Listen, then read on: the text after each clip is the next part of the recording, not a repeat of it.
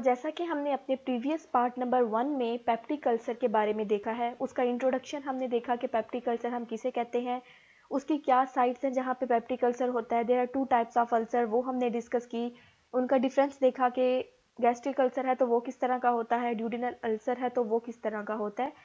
अब हम अपने मेन पॉइंट की तरफ आते हैं जो कि उनके ड्रग्स है, यानी पेप्टिक अल्सर के पेशेंट को हम कौन सी क्लास के ड्रग्स दे सकते हैं।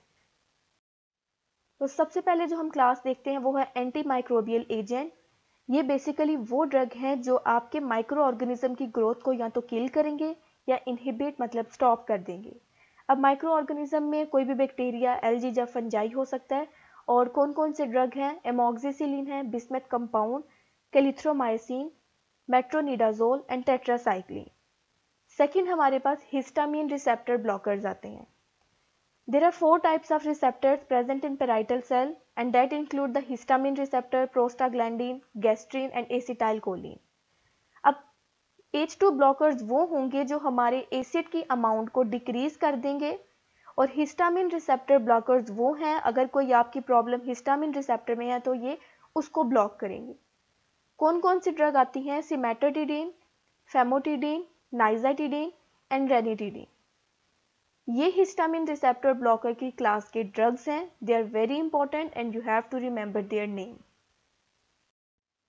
नेक्स्ट हमारे पास जो क्लासिफिकेशन है वो है प्रोटॉन पंप इनहिबिटर की। ये बेसिकली वो क्लास ऑफ ड्रग है that will use to treat the peptic ulcer और एच पाइलोरी एक्सेट्रा। इसके अंदर जो हमारे पास ड्रग्स आएंगे वो है डेक्सालेंसोप्राजोल, इसोमिप्राजोल है, ओमिप्राजोल, यानी ये सारी क्लास की जो प्राजोल है they are specific use for the proton pump inhibitor. Don't confuse it with zole. Zole is use for anti fungal drug and prazole is use for proton pump inhibitor. फिर हमारे पास prostaglandin आते हैं। Prostaglandin जो prostaglandin receptor है उसके लिए use होंगे और जो इसके लिए ड्रग यूज होगा वो है मीसाप्रोस्टोल।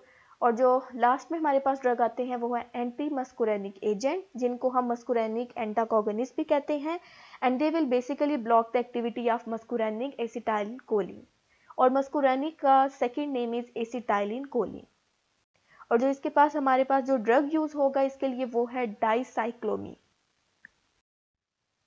अब हमारे पास एंटासिड्स हैं और एंटासिड्स वो हैं जो वर्क करेंगे against the action of acids. यानी जैसा कि हम पेप्टिक अल्सर में पढ़ते आए हैं कि एक्सेस ऑफ एसिड हो जाती है तो उस एक्शन को न्यूट्रलाइज करने के लिए, एसिड के एक्शन को न्यूट्रलाइज करने के लिए we will use the bases and that are aluminium hydroxide, calcium carbonate, magnesium hydroxide, sodium bicarbonate, numerous. Mucosal protective agent ये वो हैं जो म्यूकस का जो डिफेंस वीक हो जाए तो उसके लिए हम फिर यूज करते हैं and that is bismuth salicylate and sucralfate. और लास्ट में हमारे पास एंटी माइक्रोबियल एजेंट आएंगे for the treatment of H pylori bacteria. इसके लिए हम कम्बिनेशन थेरेपी यूज करेंगे। कम्बिनेशन थेरेपी के अंदर हम ट्रिपल थेरेपी और क्वाड्रुपल थेरेपी भी यूज कर सकते हैं। ट्रिपल थेरेपी वो थेरेपी होती है जिसके अंदर आपको 3 ड्रग्स देने पड़ते हैं एट अ सेम टाइम, यानी इसके अंदर आपने किसी एक ड्रग का किसी दूसरी ड्रग के साथ कम्बिनेशन करवाकर, ट्रिपल है सो ट्रिपल मीन्स 3 ड्रग, तो हम इसमें 3 ड्रग यूज करेंगे। आइदर इज मेट्रोनिडाजोल है, कोई एमोक्सिसिलिन है या क्लिथ्रोमायोसिन है। और क्वाड्रिपल थेरेपी है तो उसके लिए हम 4 ड्रग यूज करेंगे। So last is H. pylori is not associated with acute perforating ulcer and it is suggested that factor other than the presence of this bacteria will lead to ulceration. So thank you so much for listening and that was all from today's lecture. Do subscribe, like, comment and share this video as much as you can. Inshallah we will meet in our next video. Till then stay happy and stay blessed and stay safe.